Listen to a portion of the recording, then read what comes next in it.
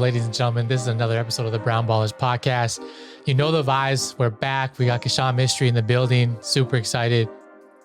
Before I go back to this tip question, I'm going to throw it to you real quick. Just feel free to just give yourself a little introduction, but a really nice one.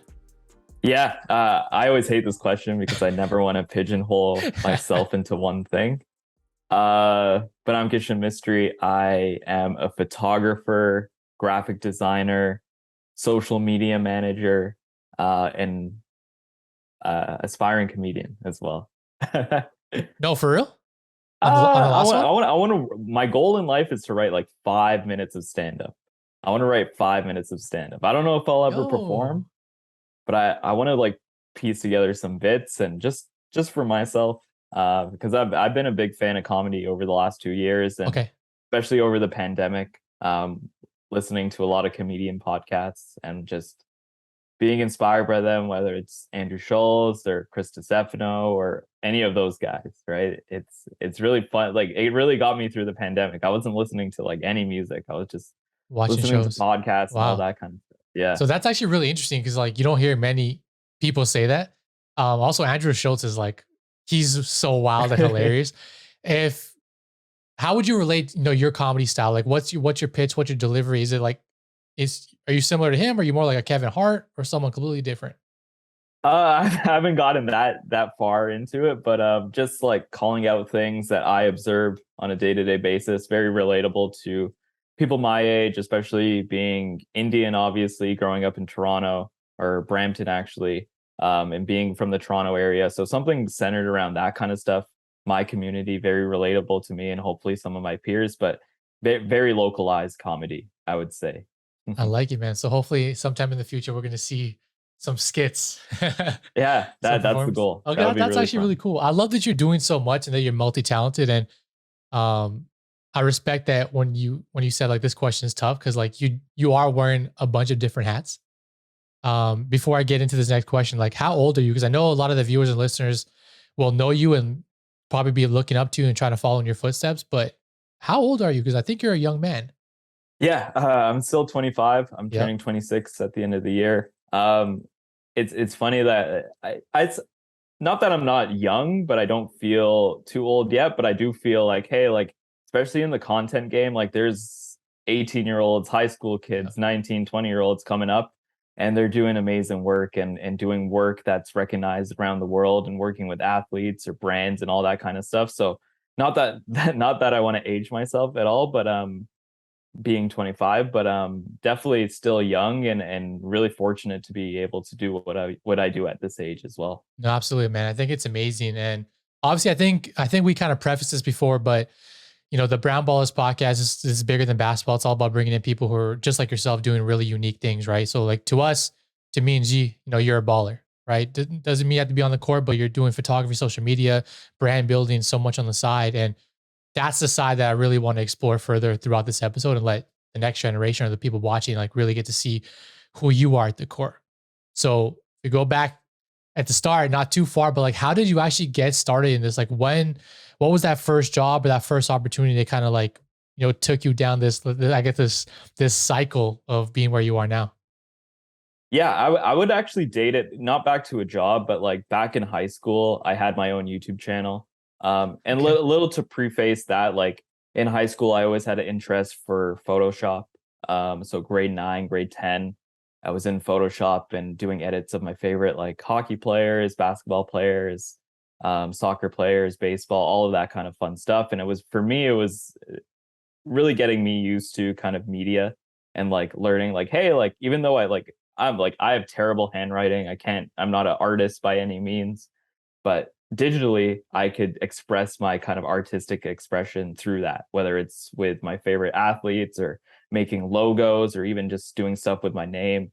That really drew me towards media and I guess content creation back then. And then kind of parlaying that, as you might say, I started my own YouTube channel and I started reviewing my own hockey equipment.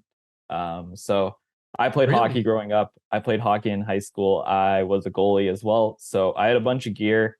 And then the summer before, I believe grade 11, maybe it was before grade 10, my dad came to me and was like, hey, like, since you're not working this summer, do something productive, right? Whether it's start video editing or anything like that, just do something with your summer so you're not just sitting on the couch all day, kind of thing. So I picked up the camera. There was always a camera in my household because my dad grew up as a little bit of a hobby photographer as well. So there was always a camera in my house. It was always available to me. Even though he didn't pursue photography by any means, he works in IT himself.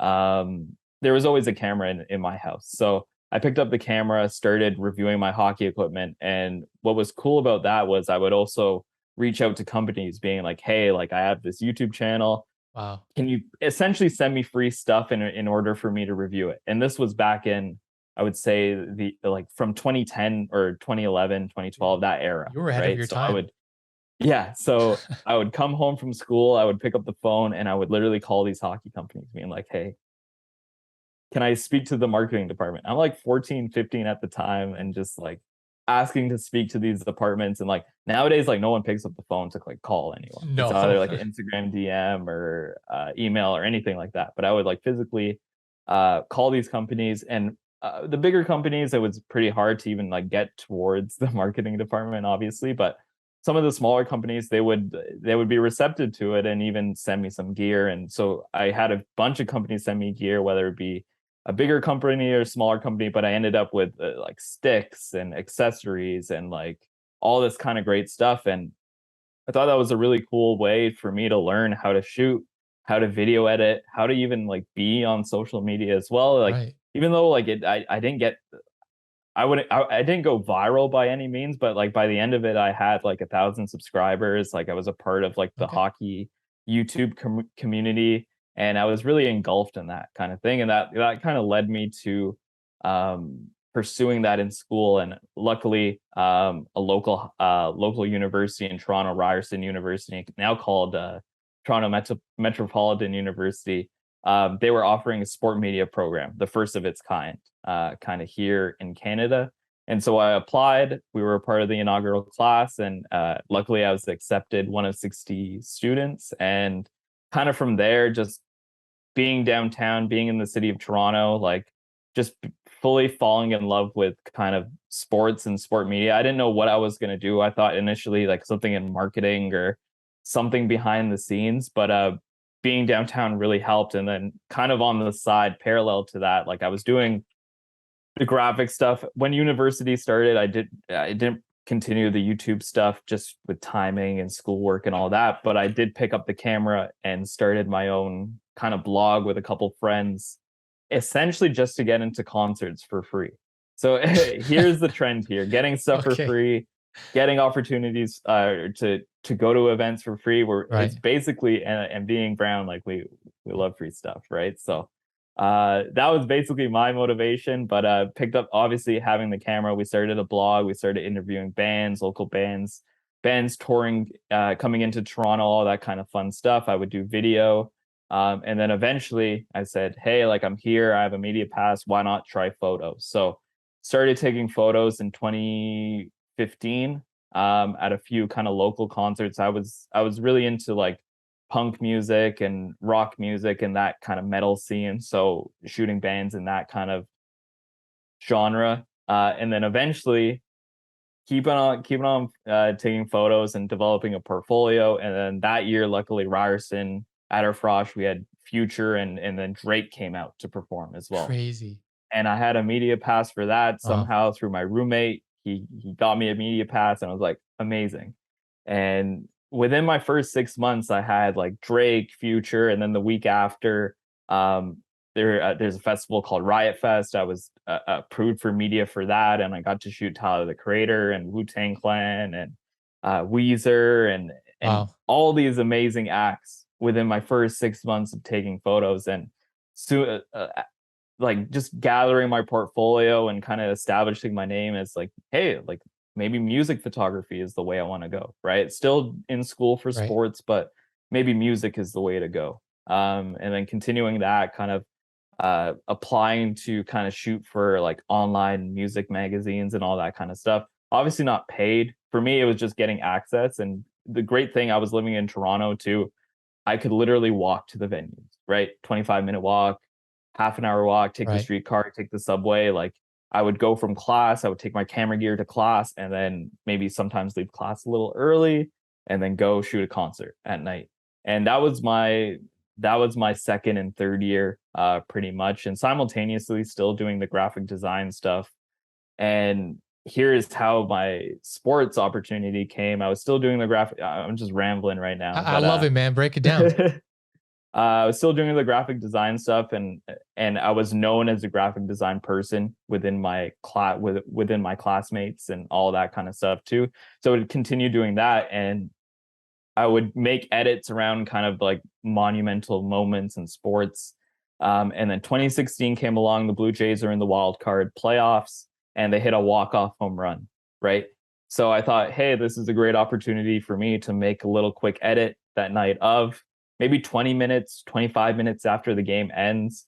After they hit a walk-off home run, I picked a photo somewhere off Twitter or the internet or something, put up the edit, and then I tagged a bunch of like Canadian sports outlets, so like TSN, Sportsnet, all these guys, and TSN social media offshoot called Bar Down as well. Tagged them as well, and then put my phone down and picked it back up. I'm getting all these retweets, likes, and on this photo, and Bar Down retweeted it. And Bar Down's a part of TSN, and that was followed by the managing editor at Bar Down reaching out to me, being like, "Hey, like we don't have an in-house graphic designer doing the social media stuff. Maybe you can intern for us." And so before I interned for them, I did some freelance stuff, like just like $30 a graphic kind of thing, just like. But like for me, it was the opportunity. Hey, like let me make some money, and also my work gets shown on TSN's Instagram, which was Right. pretty cool at the time. So I'd be in class just making edits and just sending stuff through, and then eventually ended up with an internship, and kind of worked really hard within that 5 months of the internship. And by the end of third year university, I had a part-time position at TSN in their social media department. And then how the sports photography goes along with that is like, being in the social media department, we got sent out to different events, whether it's like Toronto FC games, Argos games, and then eventually Raptors games. And so I would go with my camera, and the rest is history, right? Like usually the social people just go with their phone and capture kind of behind the scenes stuff and all that. But I thought, hey, like since I already do the photo stuff in the music world, like let me bring that lens and that kind of mindset to the sports world. And I don't want to give myself like credit for that, but like a lot of like outlets now in Canada and obviously in the States, they'll send their social media person with a camera, and they're getting unique angles from the crowd or pregame or these intimate moments. And they're not just shooting on their phone, they're shooting on a really nice camera. And so we've seen that pivot happen, obviously, and 5 years later, like every team has a social media person shooting, doing edits, all of that kind of stuff too. So back in 2016, 2017, it was still pretty new. Like obviously companies had that department, but not as many capabilities. But I was the first person at TSN doing that. And it was really cool, and kind of using that as a stepping stone. And then I've been at a couple places since then. But yeah, that was my start into, I guess, sport media. And that's the end of the podcast right there, ladies and gentlemen. So thanks for tuning in. You just gave such a beautiful breakdown that I was like just locked in, like I said, I love it. And I appreciate that. So I got a couple things that I want to recap, because you talked about a lot of good stuff there, and a couple things I want people to know. We have a good audience that's not going to be from Canada. So I just want you to know, hockey is our official sport of Canada. So that's where a lot of us actually get started. We either play ice hockey or ball hockey. And if you're like me or like you probably played both. Kudos to you for being a goalie. I got a really good story. I used to be a very, very good goalie in ball hockey, all the tournaments. And then one day I took a slap shot to the balls, the orange ball. Oh, and no. I never was a goalie again, because I never felt pain in that respect. That orange ball is, hey, I think the orange ball is worse than the puck. It's still worse. It's worse, bro. Yeah. That was one thing, just so everyone knows like where the hockey side is coming from. And also I commend you, because if you're telling me you're 14, 15, cold calling companies, trying to build a YouTube channel, you are sincerely before your time. I probably wouldn't do that today too. That's what I think. No, I wouldn't. I wouldn't have the confidence to do that. Like like calling, like we said earlier, like no one makes phone calls anymore. But Yeah, looking back at it, it's like imagine being on the other end. Like imagine like if I was working in Yeah, the getting the marketing call. department and some 14-year-old is calling me, I'd be like, what are you Oh, doing? yeah, who Like, is this? don't you have like Fortnite to play or something? Like, man, No, I love it. You also mentioned, and maybe I heard this wrong, but you mentioned that you really mess with metal music. yeah. Where, first of all, I don't hear that often, especially from brown people. Where did that love develop from? Growing up, I always loved like bands like Simple Plan and Green Day and like Classic, Blink classic. 182. Um, I think it was from like video game soundtracks, like NHL had like those soundtracks had a lot of Yeah. that music, like Fallout Boy and all that. So I think that's where that came in. I don't know. I always just gravitated towards that music. I didn't grow up on hip hop and like rap and all that kind of Okay. stuff. But on my iPod, on my MP3 player, it was a lot of Green Day, it was a lot of Simple Plan, It's interesting you Blink say that 182. Yeah. because even for me, now that I think about it and how much NHL I used to play, that's where I started liking some of that music, like Yeah. Green Day Fallout, because I would have never heard it, but I'm like, oh, yo, this is kind of like, it's actually pretty good. Like, Yeah. so that's I think that's how I gravitated towards it. And then eventually as growing older and like using YouTube more, just going a little bit more aggressive with the music and then metal and then hardcore. And I was a really big part of that like scene here in Brampton. Like I wanted to play an instrument. I couldn't play the guitar. I couldn't sing, couldn't play the drums, but like, okay, how could I be a part of the scene without uh, being on the court as per se, right? right. So with the photo stuff, and the same goes to sports too. Like I wasn't the best player out there. I'm so bad at basketball, but I'm a part of this kind of You're in it. culture and sport because of the camera, which is really cool. That's amazing, right? That's kind of the same thing. I tell people, like, obviously, like, never. I'm not good enough to play in the NBA. Right? Call a spade a spade, but we use the camera. I use the basketball to get us, as close to the Hmm. NBA as we can, which I think is cool because a lot of people don't understand that you don't have to make the league to do some of the things that we're doing. You just got to find your skill set, and there's so many avenues to do that. And I actually have a question about that, but before I get there, this may sound really bad. I don't know if I'm using the right words, but like I'm a simp for Drake. So like, Yeah, I love Drake. I don't care what anyone says, man. I'm Canadian. His album is also fire. So to everyone hating on his album, just back it up a second. slaps. It Yeah, slaps, bro. He knows what it he's doing. slaps. Good music. One of the OGs in the space. What's it like? First of all, have you met Drake in person, like when you're doing the pictures? And has he ever like hit you up or anything? I don't know if you can speak on this, but like, Yeah. I'm sure you're sending him content. Have you guys ever had those interactions? Yeah, so the first time I like was in the same room as Drake, I don't want to say I've ever met Drake because I've never like had a conversation with him, Right. but I have asked to take his photo a couple of times. So the first time when I was at TSN, while Cabby was still there, I don't know if you're Wow. familiar with Cabby's a Cabby, but Cabby's throwback. I think I like side note, Love if Cabby Cabby. was doing what he was doing back then now, he would be Oh, the biggest thing on the internet. he'd be the biggest star in the world. Like He was interviewing before his time. Kobe.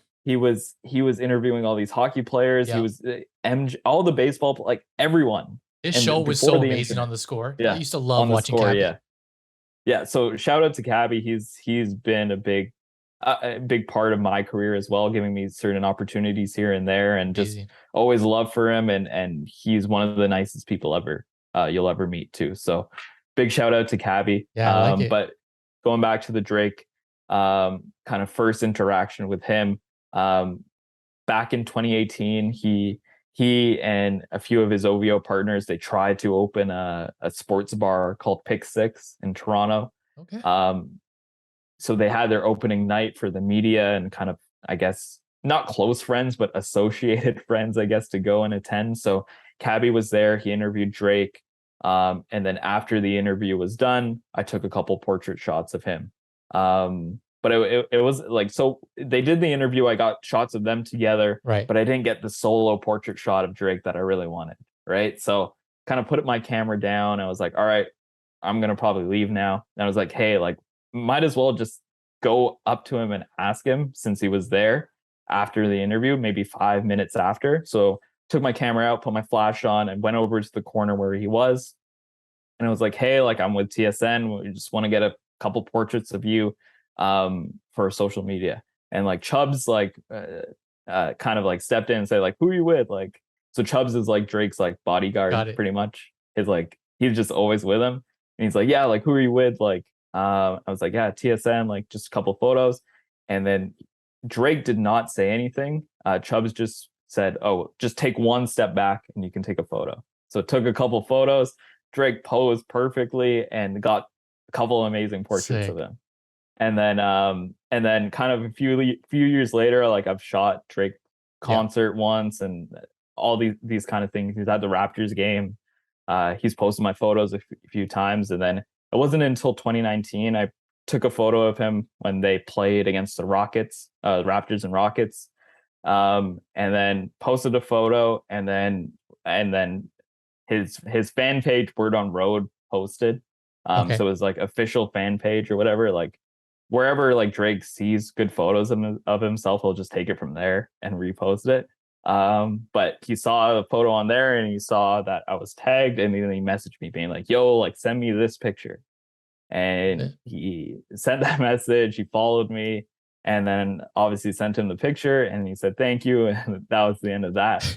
And then fast forward to obviously during the playoff run and all that, like getting great photos of him, and then over the years, and then the pandemic happened, so I didn't really see Drake over the last 2 years. Um, and then going into, I guess, March or April of this year, uninterrupted. We were at a party with like LeBron. He brought his tequila company Yeah. up I to think I saw Canada, this. Lobos. Yeah. So they had a little party, and we were kind of like contracted to do a little behind the scenes, a little photo, a little video of the event and the night. So it was at Harbor 60 in Toronto. Got some great photos there.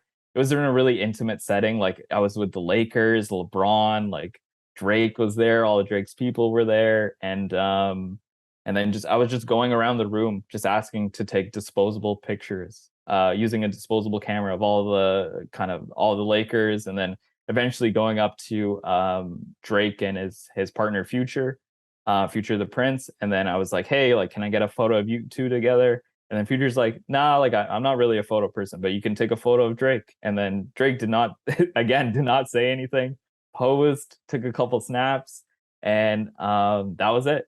And then It's crazy. another kind of like a part of that night, like a high school basketball player was in the room with them too, and like Drake, and like I don't know if you saw this clip, but like Drake and LeBron like gave them like Yeah. $100,000 or something, like him and the Yeah. coach. It's So crazy. I was in the room for that, and then the next day after, like Drake out of the blue was like, "Yo, like send me all those photos that you took yesterday. Don't post them yet. Just send me the link to them." And then he didn't say anything. I sent them. He didn't say anything.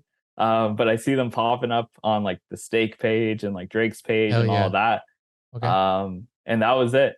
That was it. Yeah, I he mean, hasn't said shoot. anything since. But yeah, I guess he's a busy guy, so I he mean, doesn't have yeah, time. But he's probably one of the busiest people in the world. But like I said, just the fact that you're in those rooms, man, and like being able to have those experiences and shoot those pics, like that's you doing that. And it's cool that over time, more and more people will recognize you and like actually hit you up to get those pictures. yeah, I I think the big things like that, like I obviously do good work over the course of the year, but it's like it's those moments like that that give me a little yeah, bit more validation, and like not to prove that like I should be there, but like, oh, the outside kind of looking in and being like, okay, like he's a good shooter because he captured these moments, kind of thing. And you kind of, as a photographer, you kind of need those like I don't want to say viral moments, but you kind of need those like certain sets of photos or videos captured to kind of give you like that stamp of like, okay, like this guy is like approved by like the general public, kind of thing. And like yeah, those little moments help kind of carry out your rest of the year, kind of thing. absolutely. So in your career, obviously, like you said, you only 25, so much more to come and explore, but you've done a lot of cool things. To you, if you could pick one thing, it may be hard, but what do you think has been like maybe like your biggest break or maybe the accomplishment so far that you've been most proud of? Yeah, I think obviously shooting the 2019 Raptors playoff run was Yeah, for sure. and that goes back to like me doing good work. I've been doing good work for all these years, and then that kind of like being on that platform and having some photos go viral as well kind of gave me the validity of like, okay, like you're a person in the space, and like we respect your work, and we want to give you opportunities as well. So that kind of led me into eventually like doing a couple workshops with Canon, and another program through there teaching photography, and then eventually being an ambassador for Canon now, and getting all the perks that come with that. And it's been amazing. And like I've always been a Canon shooter for my whole life too. So having a Awesome. company kind of like give me that cosign as well was really special to me. And just it was end of 2019. I was working at Yahoo Sports. I got laid off.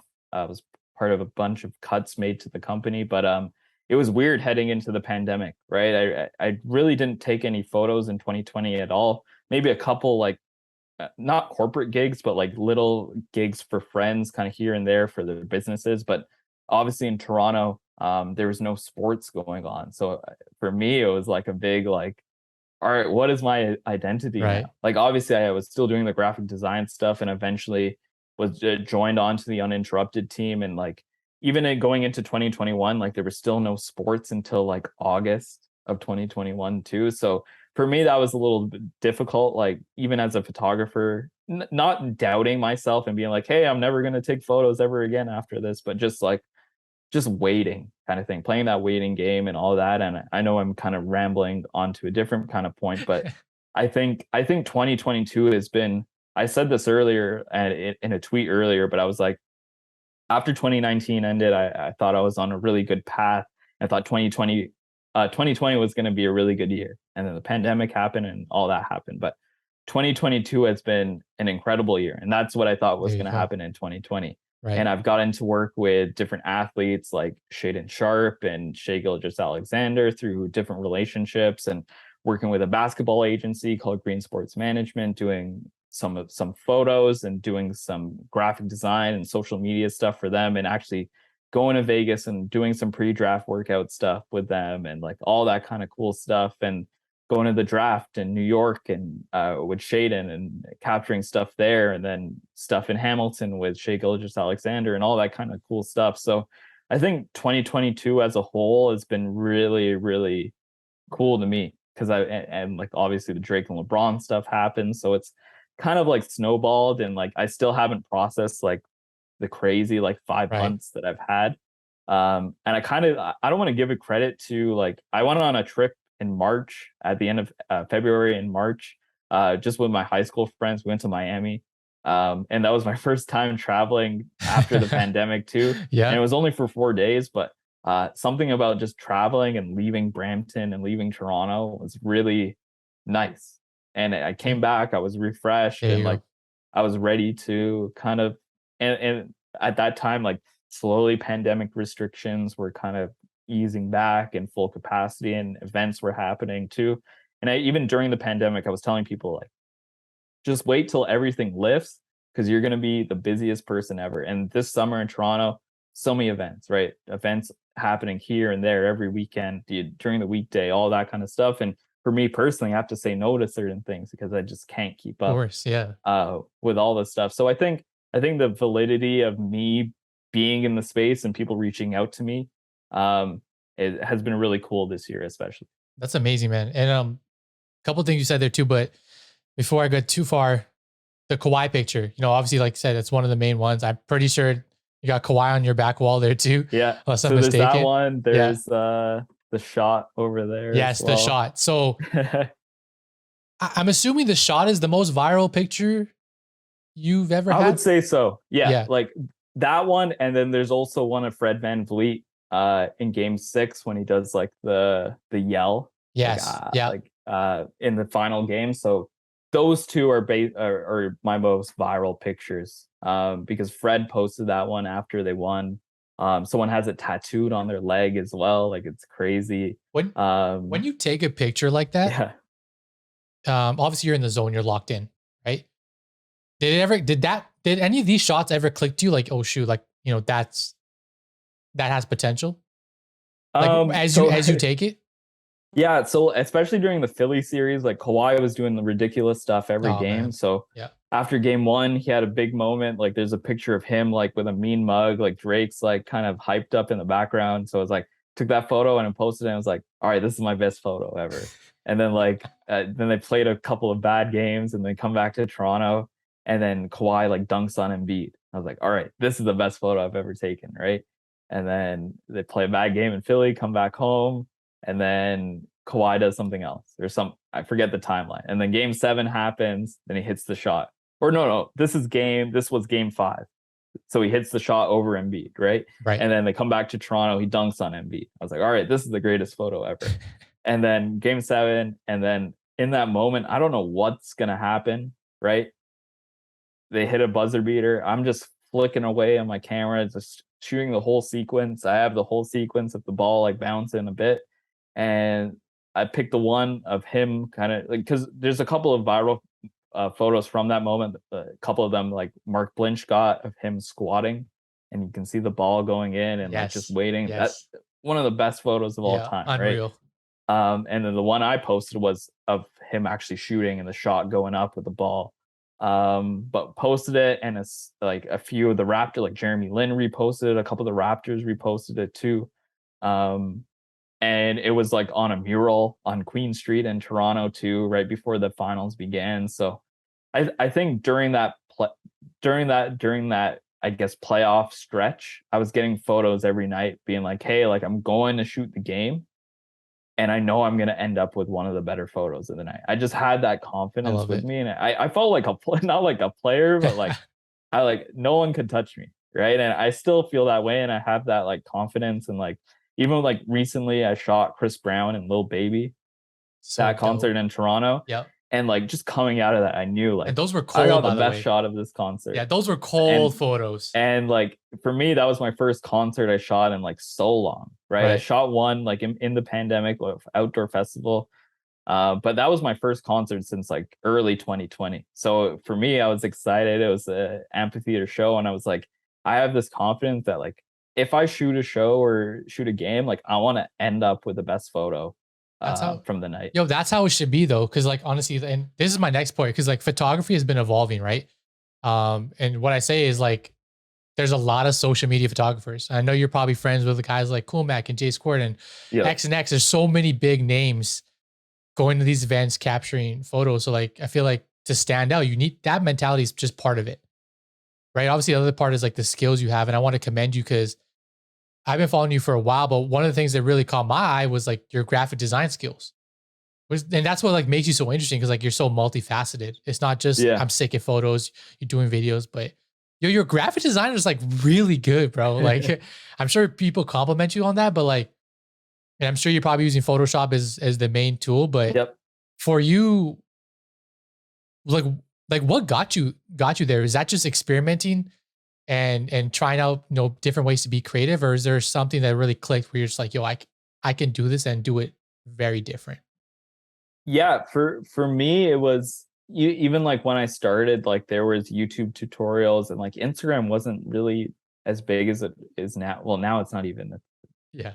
I have my own opinion. Everyone has their own Everyone has their own opinion. opinion.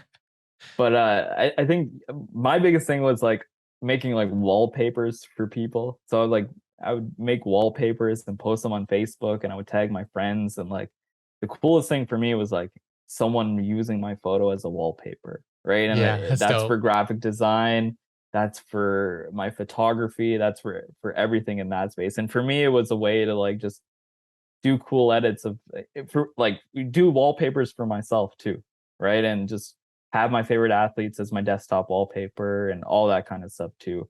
I honestly don't know why I gravitated towards it. Like in like growing up, I always had like sports posters, and like I would come home from like the book fair with a poster, and like I had a bunch of Leafs and hockey posters and a couple basketball Right. posters. But I don't know. I just gravitated towards making something. And you can go back on my Facebook today and scroll all the way down. You can still see those like old edits that I've The done, originals. which is really cool about social media. You can scroll down Yep. and see all your And progress. and then with the whole evolution of photography, I'm gonna ask you about your setup soon, but film has had a complete revitalization, in my opinion. And obviously I'm the For outside sure. looking in, but I'm even just what's funny is we just had an event this past week and I literally hired a guy specifically to only shoot film.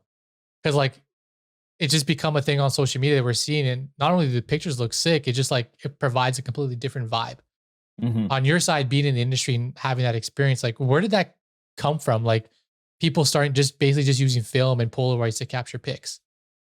Yeah, I think it comes with like people wanting to experiment and like even as like creators, like you can have the best camera of the world, the best lenses, but there's something like authentic about Yes. a film camera and like having that kind of, maybe it's a little out of focus. Maybe the sharpness isn't too there. The colors are kind It's not of perfect. not perfect, but Yeah. like I think we can relate to that and like when we come across it, we're drawn towards it kind of thing. And it gives us that nostalgic feel, even though like uh, yeah, like when I grew up, there was maybe a bit of film photography used in the beginning, but later on, like having a digital camera and all that kind of stuff, didn't really use it. Like I grew up using like a point and shoot digital camera kind of thing that I would use with my cousins, and we would just take pictures and all that kind of stuff. But I think people really and it goes in cycles too, right? Like in a few years, like people will go back to loving like the ultra HD, Yeah, ultra of high course. quality kind of thing. But I think it's a way, especially in the sports world, to like and I think it came from music too, because like there's photographers like Gunnar Stahl and like a bunch of like music photographers shooting film portraits of like their of like people's favorite rappers and artists and musicians. And I think a lot of sports people take a lot of influence from that. Like I personally take a lot of influence from music photography because I love like portraits of athletes and kind of seeing them in a different light, and like action shots are like, I always call them like newspaper photos. Like someone's gonna get them, they're action shots. A dunk's gonna happen every game, but if you can get those like intimate like moments Absolutely. before the game happens or after the game or in between the whistles, like those are the shots that I like gravitate towards. And I think the same goes with film, right? Shooting those intimate moments and pre-game or with fans or anything like that. And I think having that small camera with you is just in your pocket is a great way to like, and like the visual of it too, right? Yeah. If you come up to someone Yeah. You got this huge. with a huge camera and a huge flash Yeah. and be like, yo, can I take your photo? They're gonna be like, yo, It's why so is this different. lens so big, right? But if you have a film camera, a disposable camera, Yeah. something small, but you're like, yo, like I remember that when I was growing up, kind of thing. Or like, oh, I've seen film photos. I want to get my film photo taken too. And it could be the worst photo ever, but people gravitate towards it. Seriously, it's just a It's just vibe. something about it. Yeah. Just and like you see like even JV shots, like Oh man, he's Jonathan, sick. like Yeah. the 3D photos too. And like I've seen, and people hire him just to take those photos too. And that helps them get into the doors. And I Mhm. think as a photographer, having a good niche is important, right? Because we all take photos, right? And that like especially what you brought up, like you hired someone just to take film, Yeah. right? They could take all this other stuff, but you hired him just because he shot film photos. And if you provide that niche, whether it's in sports, whether it's in music, I think that really separates yourself, because there's so many talented photographers like in Toronto, in the GTA, in Canada, and in the States, right? So Oh yeah. how are you going to make yourself different? And I feel like maybe that's why people start using the Polaroids and the film cameras and shooting with the VHS cameras and all that, because it's a way to differentiate yourself, and people gravitate towards it because it's not what you're used to seeing. Yeah. No, that's actually a really good tip for the next generation, right? The young ones kind of listen to this. And I actually want to pick your brain about a few more tips for, anyone kind of like looking to get into photography or kind of follow in your footsteps and be that content creator on the creative side. But the first thing is, the camera setup you normally rock with. What is that camera setup? And then what is a camera setup? Because people ask us all the time, even to our photographers, like, if I want to get started in photography, how do I start? Do I use my iPhone? Do I need to buy something? So if you don't mind answering both those, I think that would help everyone a lot. Yeah. So my setup right now is a Canon R5. It's a mirrorless camera. I switched over to it's actually been a full year since I got the camera too. Like I think yesterday was Nice. the anniversary, which was kind of funny. But I switched over to that camera, so I use that as my main kind of photo and video camera. Along with that, I have a 70 to 200 f 2.8 lens. Any sports photographer, if you're shooting ball, hockey, baseball, like that's the lens you want, right? It's a little bit of an investment, but I think once there's life before that lens and life after that lens, right? So once you get that lens, Yeah. you could be like a certified kind of shooter. And obviously, you don't need that lens to be shooting sports, but it definitely helps out and it'll give you the results that you want. So I rock those two pretty much all the time. I have a 35 millimeter lens as well, a 50 millimeter, a 24 to 105, and then I've been fortunate enough to be able to borrow a 300 millimeter 2.8 as well, which I've been Sheesh. shooting baseball with. So that's my setup. My backup camera is a Canon 5D Mark IV. Obviously, that could be a starter camera, a main body camera on its own, but I was lucky enough to I get a little bit of a discount with Canon products, so I was able to upgrade last year. So I rock those two cameras when I'm shooting sports.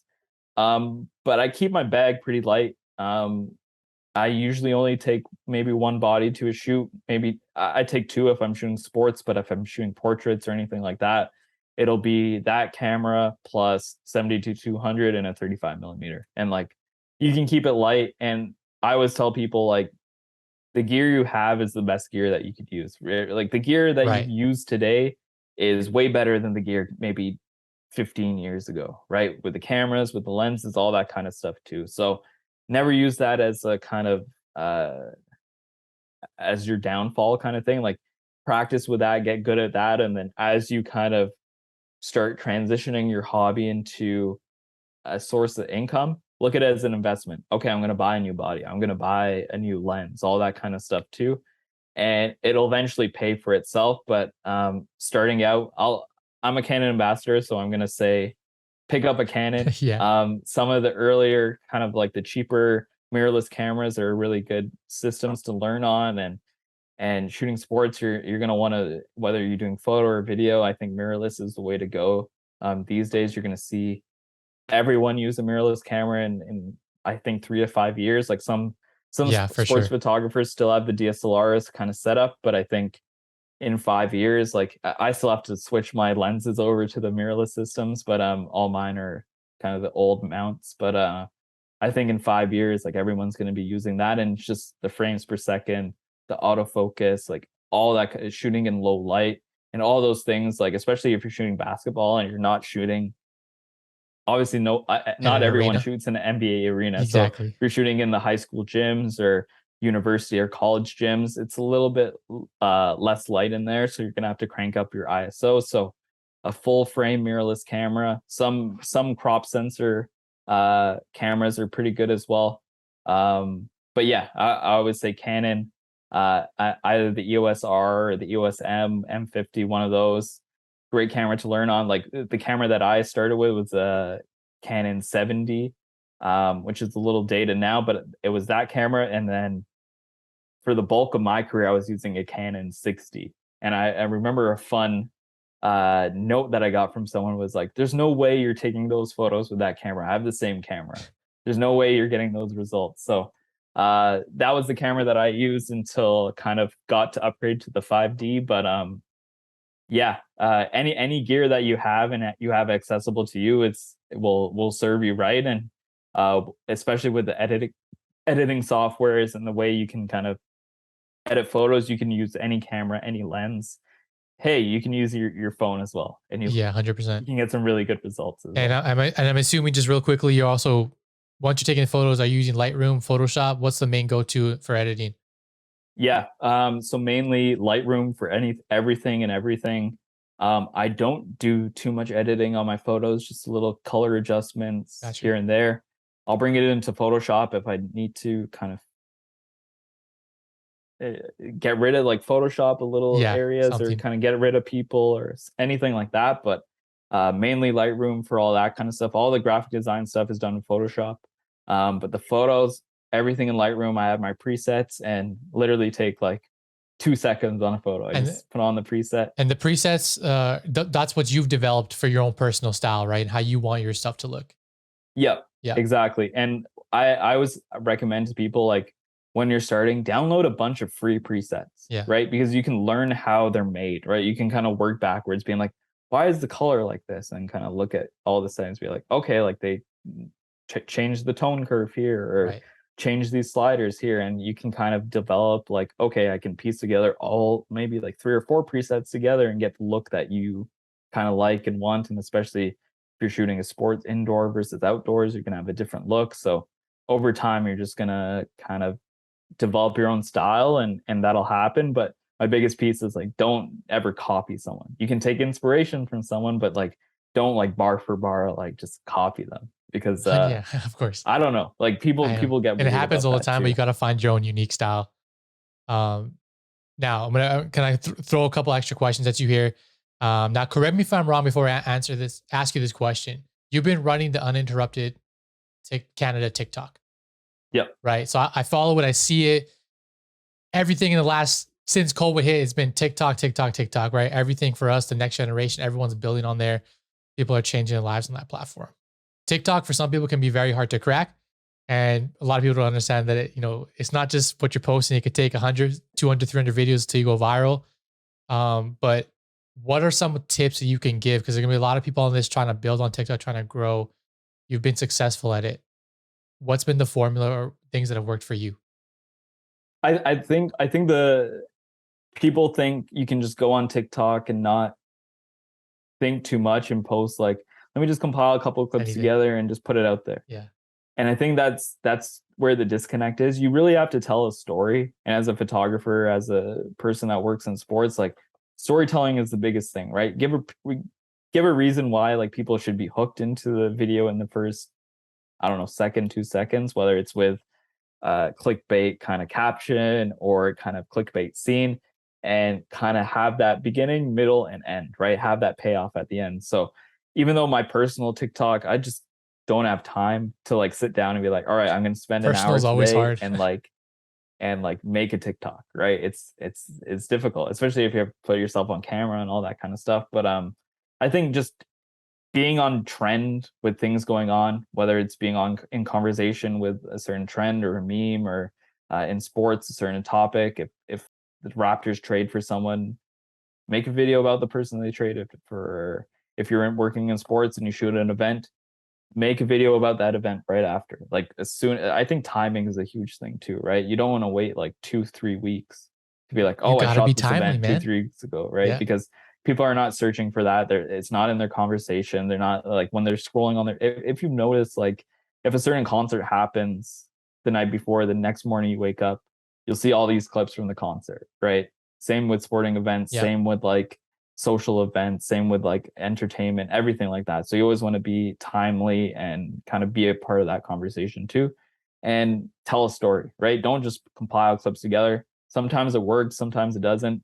It works for attractive people. If you're attractive, you just like have You like just the app win right on in the, TikTok. you just win, right? So that's the step one, be attractive. But Yeah. if you're not attractive, like have like a hook, have something that people can gain information from. So if you're a photographer, do tutorials, do like, oh, what's in your bag kind of thing. Show the behind the scenes of like, hey, you did a shoot with this person, right? Because fellow photographers, fellow creatives are going to want to look at those photos and be like, or look at those TikToks and be like, hey, like, this is how you do it. Or I was really interested in the way you shot this thing, or even got that opportunity too, right? So use it as a tool to incite people and give your knowledge to, because that's why people are going to follow you. If you're going to give tips every day, why wouldn't I follow you, right? You're just giving Facts. free game Yep. to people, right? It's free to, and what's great about TikTok is like no one cares about the ratio, right? Like no one cares about, oh, you're following this amount of people, only this amount of people follow you. Like people don't care. People just want to see cool stuff, and the more people they follow, the more cool stuff they get to see. I love it. Those are actually like really good tips and all on point. So I appreciate you doing that. You've launched something. Well, I don't think you've launched it, but I think something's coming.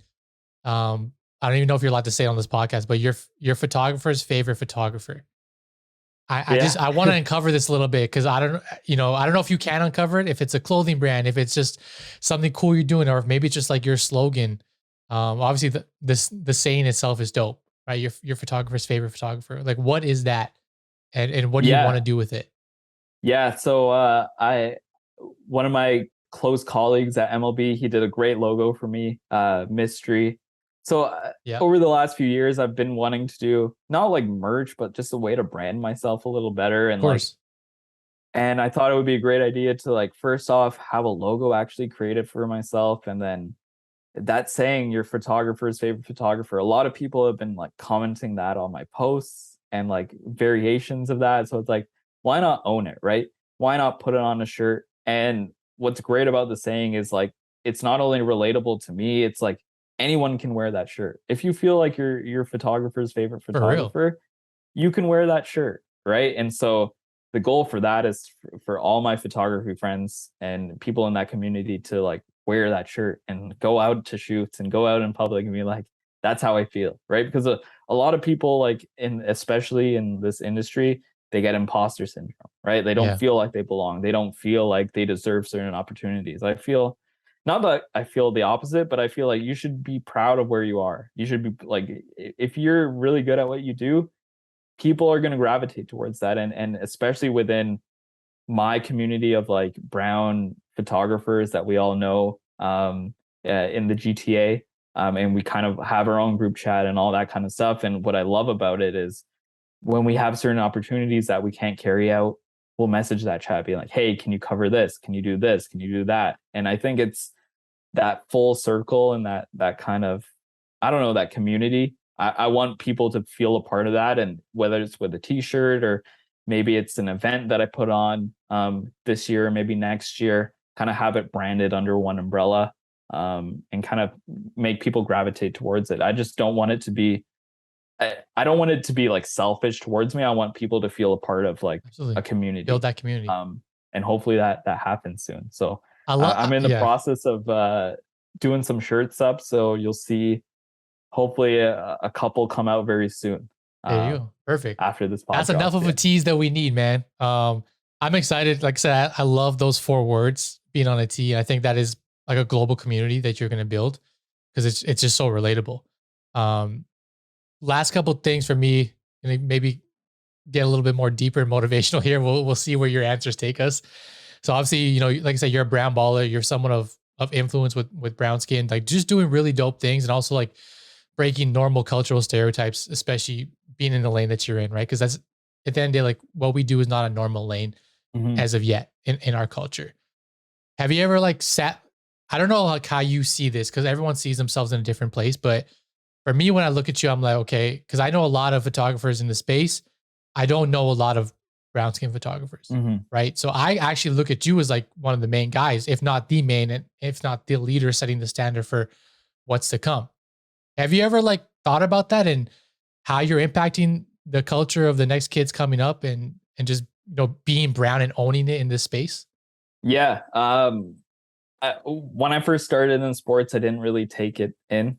Like working at Yeah. TSN, it was just white people, and then going to my first Raptors game or Leafs game and going into the media room and not seeing like brown people at all. I was like, all right, this is a little weird, but I'm just happy to be here, kind of thing, Yeah. right?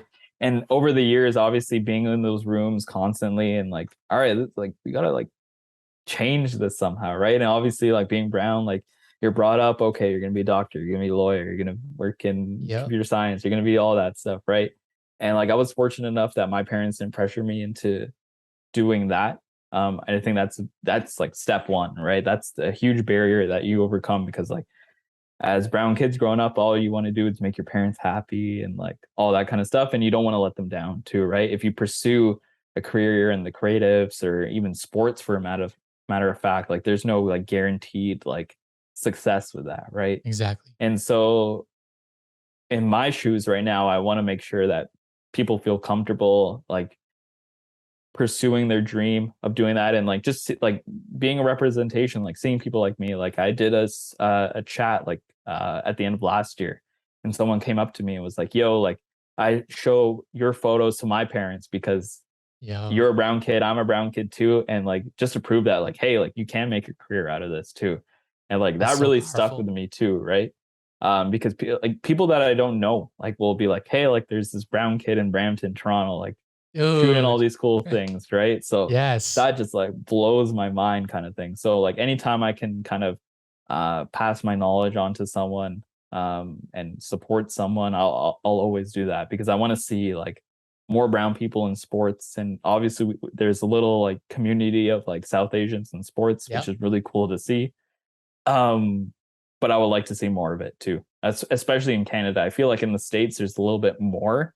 Um, but in Toronto, and I guess with the opportunities in Toronto, it's a little limited because there's only a select amount of teams, and outside of Toronto, there's only like It's a little a few different. hockey teams Yeah. across the country, and that's about it. So it's really hard to get into sports if you're living here, unless you're living in Toronto. But I think over the time you'll see like more people like me, and like hopefully I'll be in a position where I can lead a whole team, right, and hire the people I want, and Exactly. like Yeah. do all that kind of stuff. And that's where the changes you'll see the changes being made. And I think even though I'm still young right now, hopefully in like 5, 6 years, I'm not maybe not doing as much hands-on stuff, but I'm leading like a team of people or supporting people or doing my own workshops or having community events every month. Like I think that's my goal in a few years, just building the community and making people feel like proud to be a part of it, but also feel like, hey, like I can make a career doing this, right? Like it doesn't have to be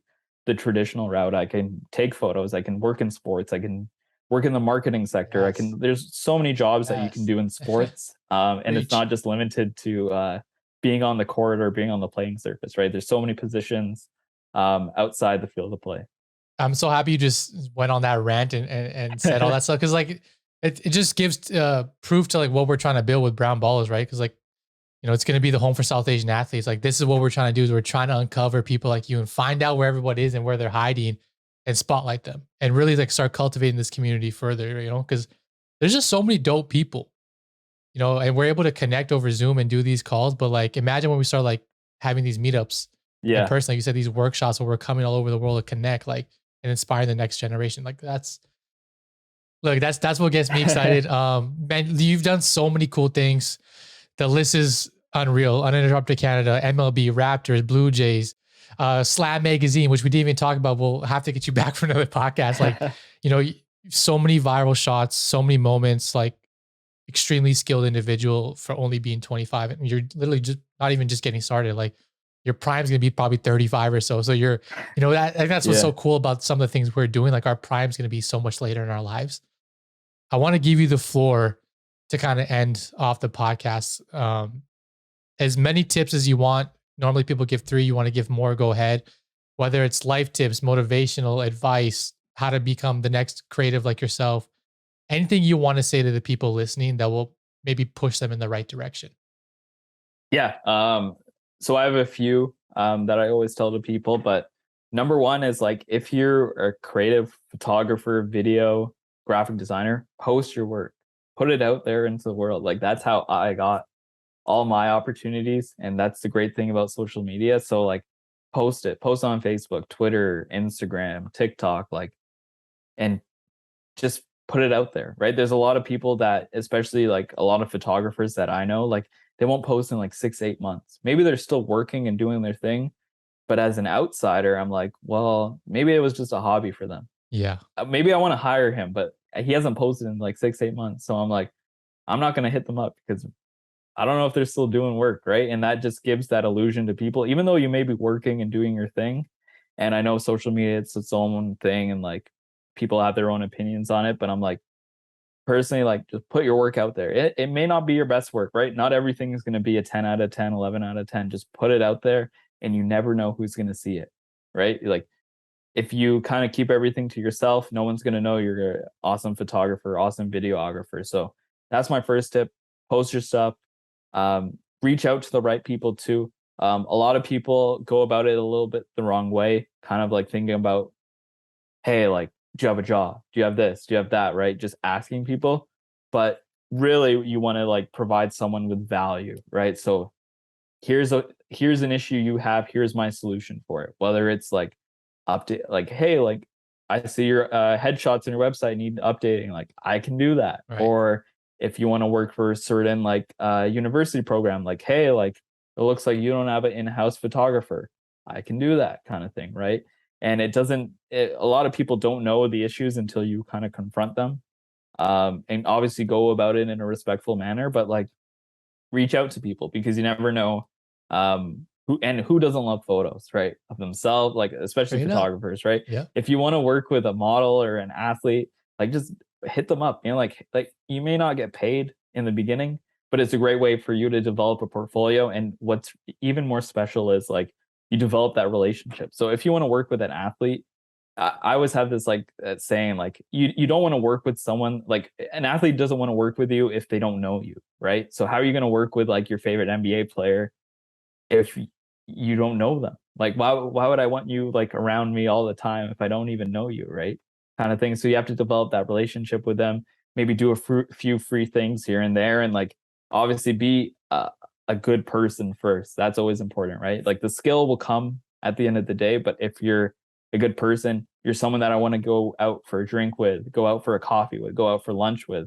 I'd rather work with someone like that than someone that just shows up, take photos, and leaves. Right. And I've worked with so many people like Yep. that. Like even a couple months ago, like I was on a shoot with a group of people that I usually work with, and we brought someone on for the day just to help out, kind of intern, kind of just shadow, take photos.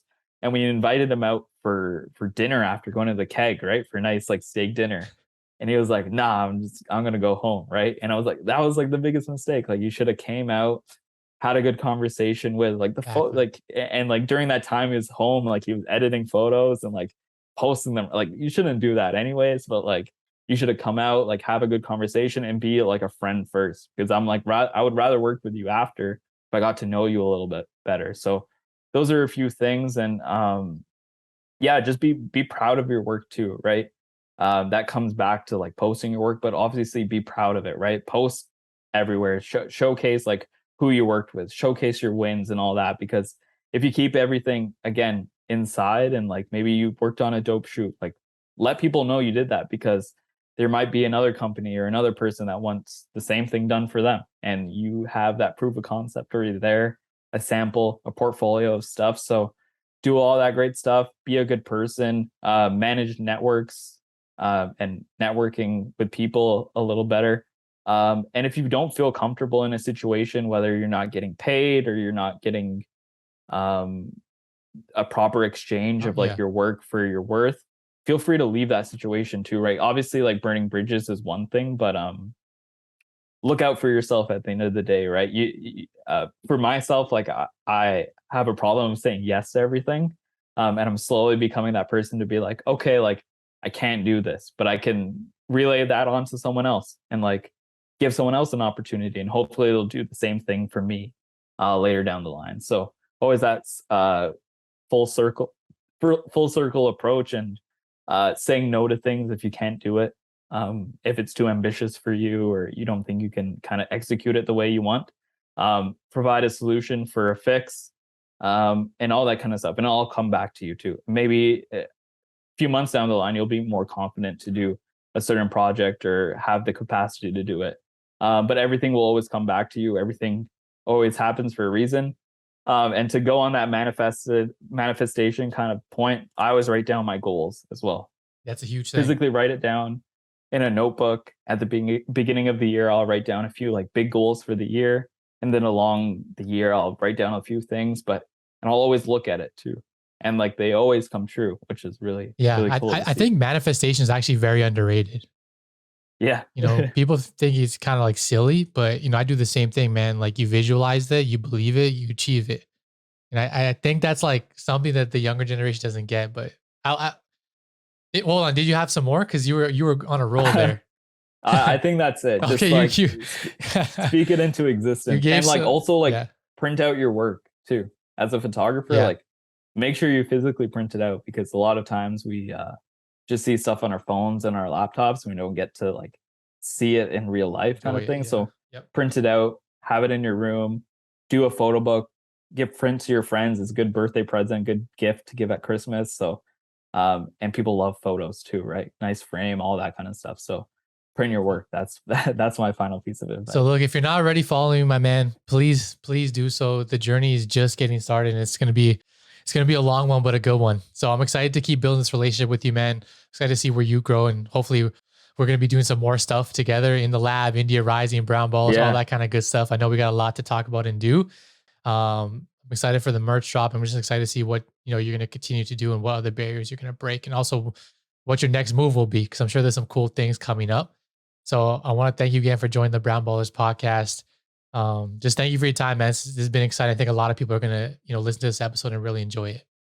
Yeah, it's been a pleasure, and I can't wait to see where this podcast goes. Hopefully the next one we're in person, we do an Hey, in-person there you podcast, go. but I'm excited to follow you and G, and just love what you're doing for the space. And I loved all, even though I wasn't able to attend the TBT this summer, it was just really cool to see everyone come together, and it was more than just a game, right? It was a Exactly. whole like cultural moment, and that's going to carry out through the next years, and people are going to want to be a part of it too, which 100%. is a really exciting thing. So to everyone listening, if you're on YouTube, please hit that like button and follow and subscribe. If you're on Spotify, Apple Music, please leave a 5-star review. Me and G really need it.